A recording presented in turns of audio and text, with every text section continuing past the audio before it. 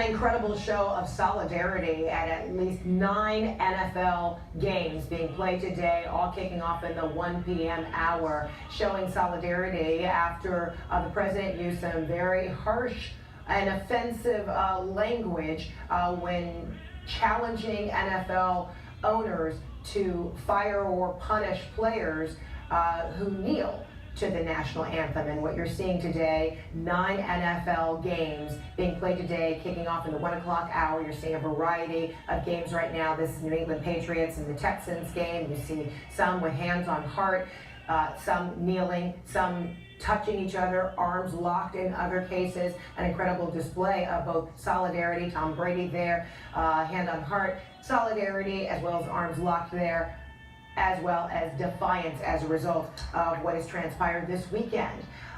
Joining us now, former Minnesota Vikings player, Kluwe.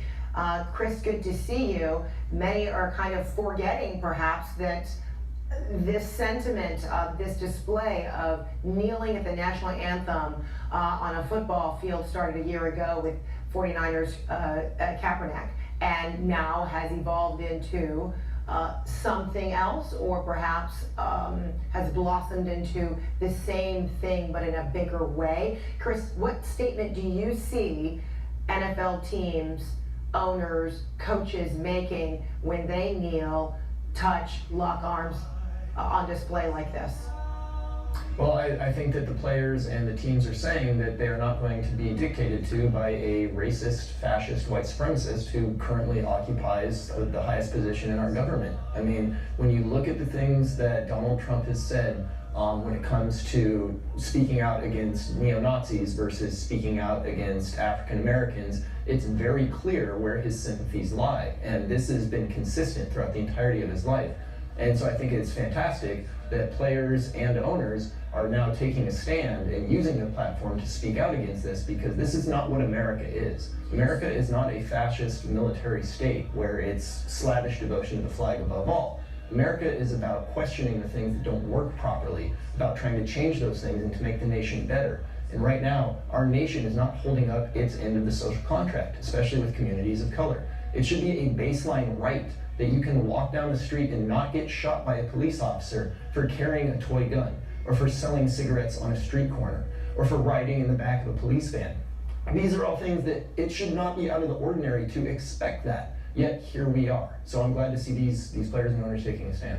Is it your feeling that what we're seeing on display today, whether it be in London at the NFL's international games, or even here across the country, is it your feeling that this is a statement more directed at the President of the United States, as you so clearly explained at the beginning of your remark, or do you believe it is a continuation of a message that Colin Kaepernick was making about social injustices across the country?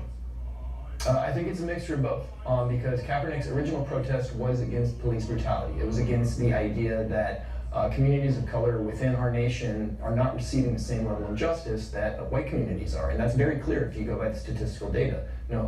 Black members of our society are far more likely to be put in prison for crimes that white members get to skate by on. So in that sense, I think, yes, this is definitely part of what's going on. But then in a bigger sense, I think the discussion has also morphed into the fact that we have a person in charge of our society who does not understand what it means to wield the power of the American empire, and has shown no willingness to work with communities of color, with minorities, with immigrants, with anyone who is not white. And that is, again, against the heart of what America stands for. America is a country of immigrants. We're all immigrants, and we've done terrible things in our past. I mean, we built this country off of killing another race of people, of the genocide of Native Americans. And so we have a lot of things that we need to make up for. And saying that we have flaws and that we need to fix them is not un-American. That's trying to make ourselves better.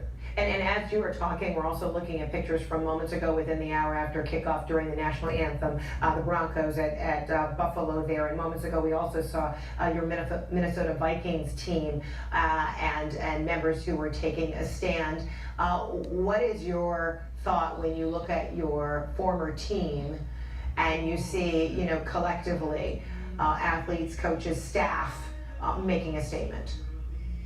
Well, I think it's a good start. I think it needs to continue until we as a country finally decide to grapple with the deep-seated roots of white supremacy and racism within this country. And it's going to take all of us to try to fix that. And unfortunately, with the current president in office and with the GOP-led Congress that's enabling him, we're not going to be able to make those changes unless that itself changes. So and when you say we have to continue, demand accountability. What would be an example? What would exemplify, a continuation from this movement in your view? I would actually like to see players. A measure of progress would be to actually hold police forces accountable. I think that would be a good start, where if you have over 1,000 police homicides and only 4 to 5 officers convicted, that is something that needs to change. Because if you are a servant of justice, then you need to apply justice equally to every citizen of this country. You don't get to pick and choose. That's not how it works. So seeing that change would be a very good first step. Former Minnesota Viking Chris Kluwe, thanks so much for your time and perspective. Appreciate it. Yeah, thank you. And we'll be right back.